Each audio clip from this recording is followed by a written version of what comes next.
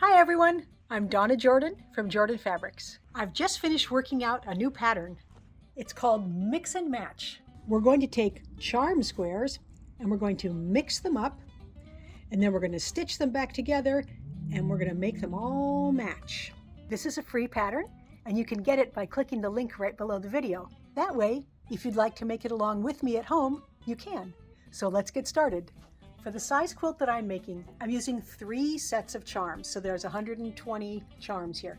These are Robert Kaufman Connect the Dots, and they're kind of a wide range of bright batiks, but any charms will work. You just want to have some color changes in your set.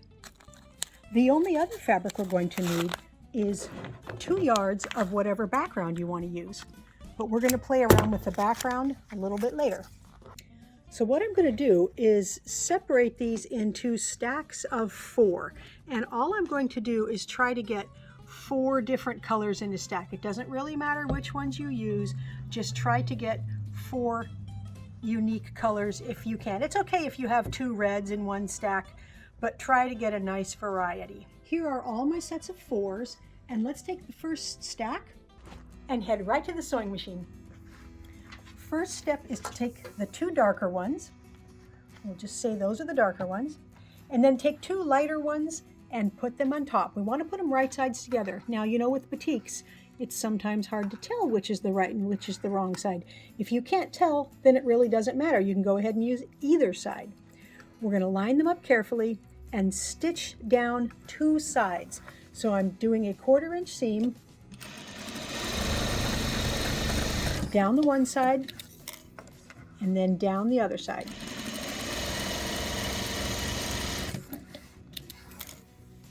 Then just do the same thing with the second pair.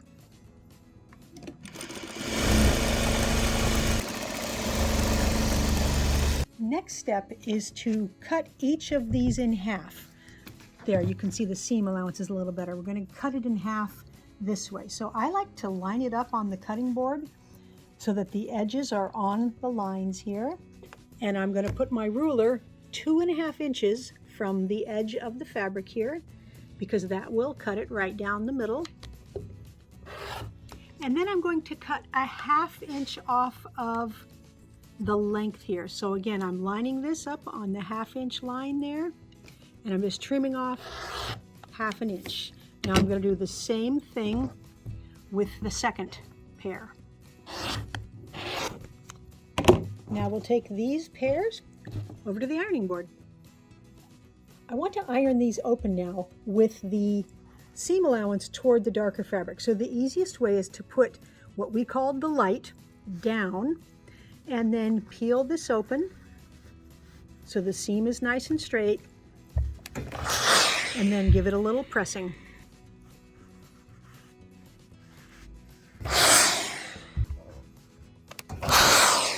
Now we're going to take these right back to the cutting board. Now I've got the dark fabric up here, and I know that these aren't much darker than these, but we decided that these were dark, and we've got the seam allowances all ironed like this. Now I'm going to take this block and flip it over so that the dark is on the light and the light is on the dark. And again, it doesn't really matter what color they are, but look, my seam allowances are going in opposite directions. That is what matters. I'm going to line these up. The seam allowances are nesting, and I'm going to do the same thing here. They're right sides together, seam allowances are nesting, and now I'm going to cut them on the diagonal. Now they're going to get cut on the diagonal, but in opposite directions. So this one's going to go this way, and then this one's going to go the opposite way. So let me show you. I'm just going to line this up from corner to corner here and cut. And now the other one, I'm going to turn my ruler facing the opposite way and cut. Now we're going to take these triangles here, and I'm just going to switch them around. That's going to go with that guy, and that's going to go with that guy. Same thing here. This top one is going to go with that, and this one's going to go with this. Now we've got 4 pairs. I've got all 4 pairs over at the sewing machine here. So I'm going to take this first one. This is exactly how I had it stacked up over at the cutting table. And I'm going to stitch along the diagonal here. Now it's easiest if on this pair, if I start at this end, because when I stitch here, these seam allowances are going down. They're both going the same way. They're supposed to be going the same way. They don't nest. They both go down. So just line up your points there and stitch along the diagonal here.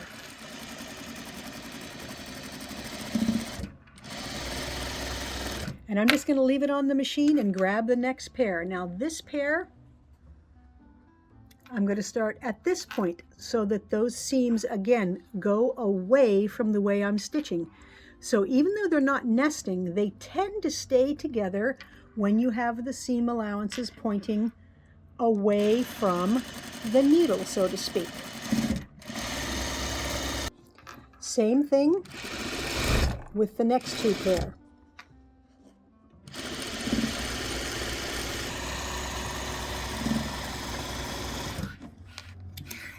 Now I'm going to take these back to the ironing board and I'm going to iron each one exactly the same way. So I like to put the little triangle here and peel this open this way and then press it. And then just make sure the next one is facing the same way and open it up and press it. So I'm being careful when I open it up that I don't stretch this and I don't make it curve up or down. That's why I say peel. You can kind of roll it open. And then the last one.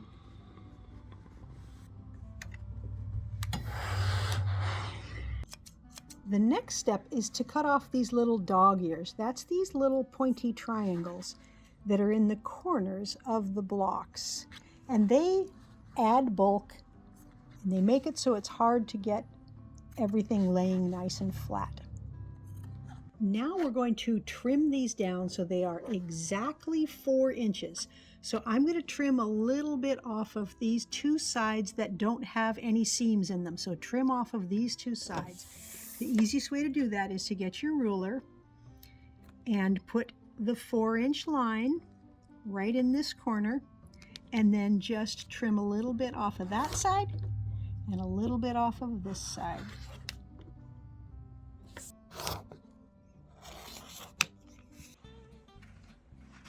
Now, to stitch them together, all I have to do is put these right sides together, these right sides together, and stitch down here. The nice thing about these seam allowances is that they are nesting right here. Also, these seam allowances here are going in opposite directions. That's going this way, the back one's going that way.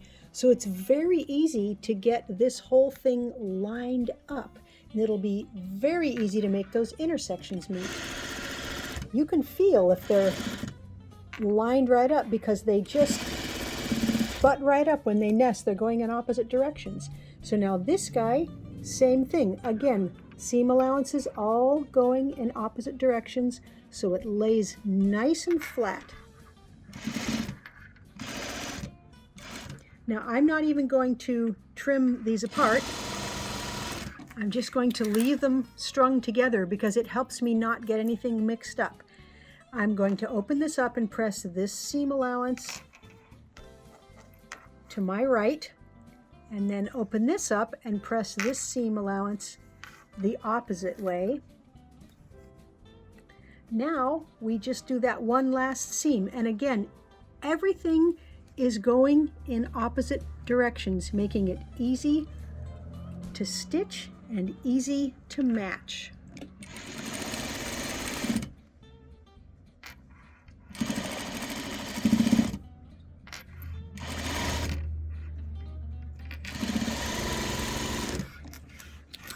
Now when we open this up, you can see, we'll finger press it a little, very nicely matched all the way around. And these ones here, that's not perfect. That's because when we sewed this, the seam allowances weren't nesting. But these don't show very much if they're not perfectly matched. It's these guys that you want to match, and right here, and they came out just exact. I've got all the blocks done, and now it's time to make a difficult decision. I need to pick out a background color. Now you can just lay out your blocks right next to each other like this, and you'll get some very interesting secondary patterns as you go. But I think for this quilt, I want to highlight each block a little more, and one way to do that is to put these blocks on point with some blank space between all of them. So when you lay out a quilt like this, the background is very prominent, and the color you pick can really change the appearance of the quilt. I've picked out 4 different choices here, and I think what I'm going to do is just lay some blocks on each color and see what it looks like, see which one we like the best. Now, of course, you can use white as a background. White always makes a nice background, and the patchwork, they really pop off of this nice bright white. Black is another good option. I use black as a background a lot of times, and it really makes the patchwork show up very vibrantly. Now we're getting a little more wild. I've got a nice bright orange here. That really changes the appearance of the blocks. It's very cheerful. This is a batik, and it's got just a little bit of watercolor pattern showing there. The blocks, again, look very good on that bright orange. Now this is a little bit different. I've got a print here. It's a batik, and it has some little teeny swirly leaf things on it. And I like the effect of having a little bit of a print. I wouldn't want to get a print that was too busy because it might fight with all the patchwork. But this one, I'm pleasantly surprised at how good the blocks look on that nice background. Now, all of the backgrounds look very nice, but they're all very different. And I'd be interested to know, which color background would you pick if you were making this quilt? Leave a comment down below and let me know which color you like the best. But for me today, I think I'm going to go with the black. I'm really excited to try this with a colored quilting thread in these plain squares, and that will show up really nicely against the black. Now, here's a question we get in a lot of emails. When you're putting a quilt on point like this, how do you know how big to cut out the background? Now, there's basically just 3 sizes we need for the background. There's these squares that go in the middle, there's these side setting triangles, and then there's 4 corner triangles. There's going to be a smaller triangle that goes in each of the 4 corners of the quilt. The first thing we're going to cut out is the squares. Now, it's very easy to figure out how big those are. They're the exact same size as our patchwork squares. So for our quilt, they're 7.5 inches.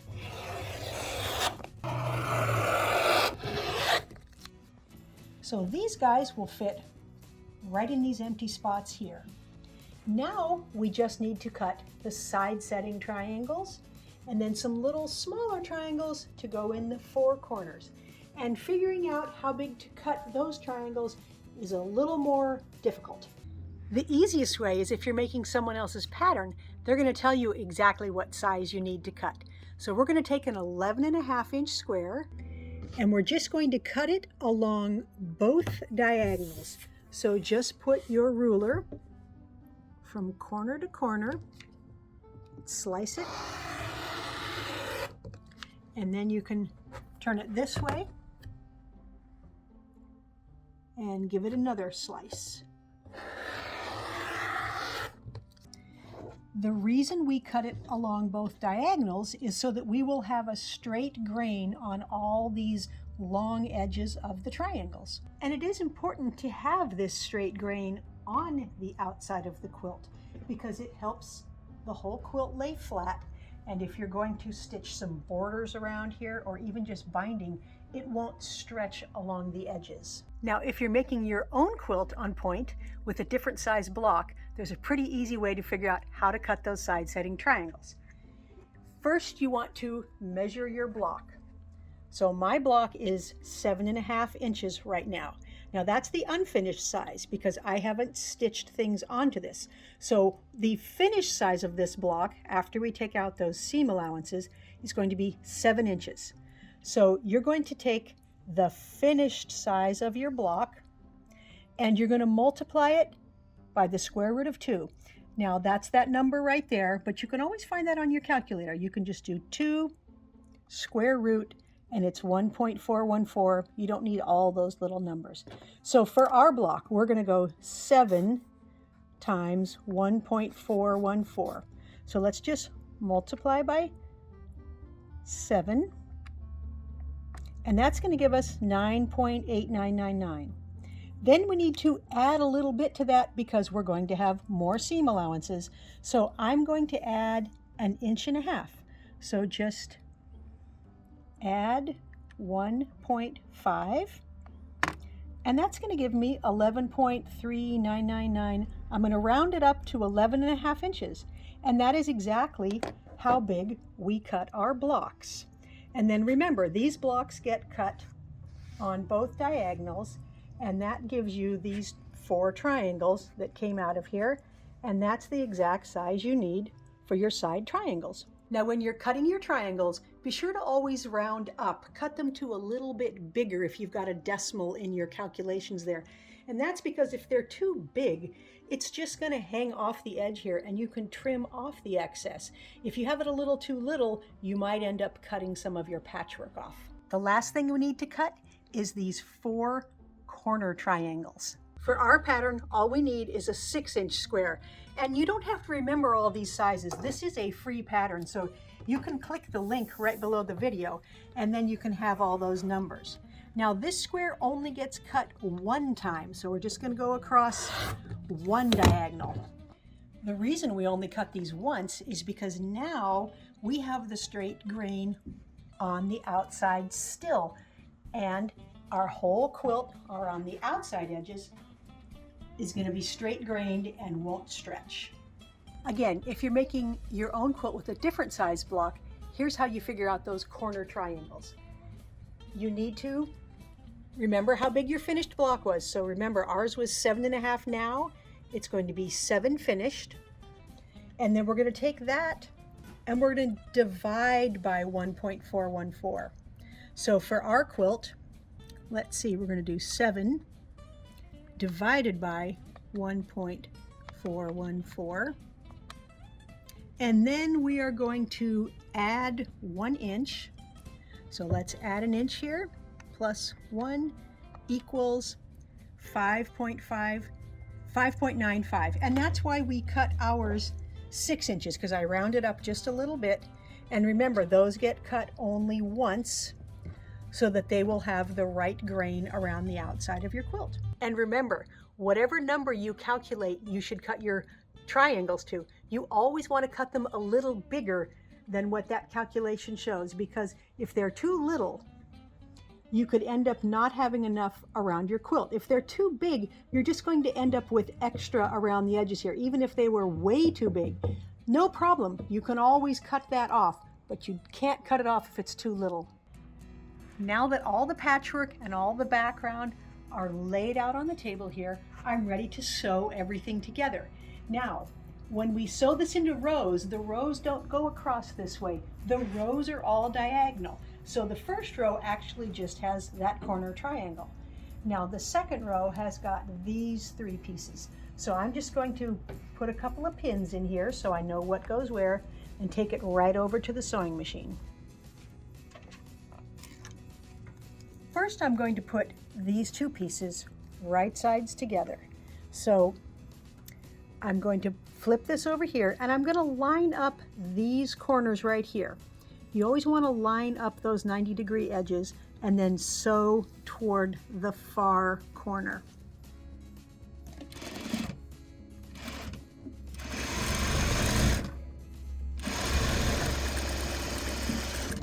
And I'm going to finger press toward the background here. Now these next pieces here, this one, if I put it right sides together, it's going to go like that. Again, you want to line up these and sew down that way. So I'm going to just flip this whole thing over so I can start up at this square corner, not at the pointy corner down there.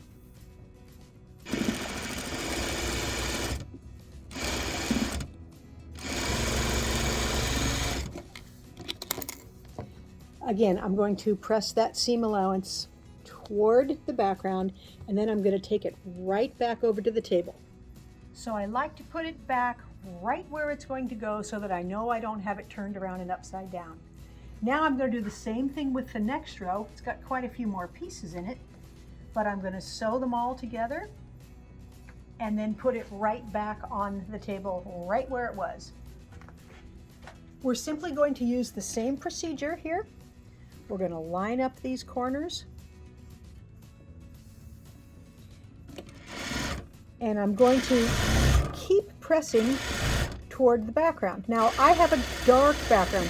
If you're using a solid white background, you may want to press towards the patchwork, but these fabrics all really want to go that way because we've got all these seam allowances in here. So here is the third row, which is going to fit right here. And so once I have all the rows done, then I will simply sew the rows together. Now this one's real easy. You can just center this up, which is easy to do because there's a seam there, and stitch right along there. Press it that way. Now when you sew this row to this row, the intersections are going to match. They're going to be nested. They're going in opposite directions. And we're just going to stitch this on. And if you notice you have little extra dog ears here, you can trim them as you go, or you can wait till the whole quilt is done. I've got the quilt all stitched up. It's loaded on the machine, and now we need to pick a thread color. There's so many options that would look good here. I really want to use something that will show up on this black background. So any of these bright ones, they're all going to look just marvelous. The orange is very pretty. Even this blue, which is darker, it will still show. If only I could find an opening here. There we go. It'll still show, but it's more subdued. I like this nice pencil yellow, the green you can see here, the red. All of those options will look good. I think, since I've got a yellow back loaded on, I think I'll use the yellow, and it really shows up the best.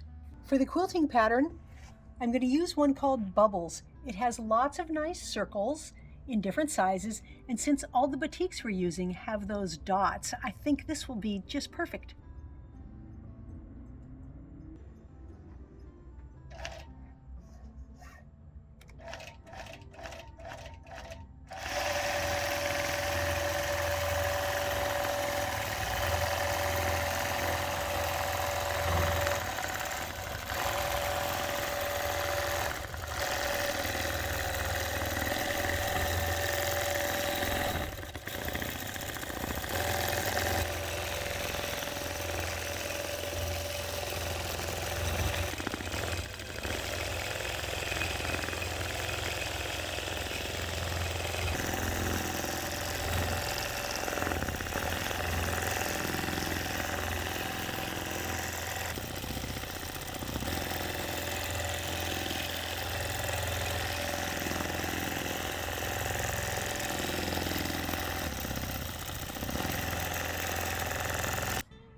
I've got the mix and match quilt all done. I'm very happy with how it turned out. It's very cheerful in these nice bright colors. The quilting really shows on that black background, but completely recedes in where the patchwork is, which is great because the patchwork is already nice and bold. Now on the back, I used a yellow batik, and you can just see a hint of all those circles, which match very nicely with the front. It turned out about 50 by 60.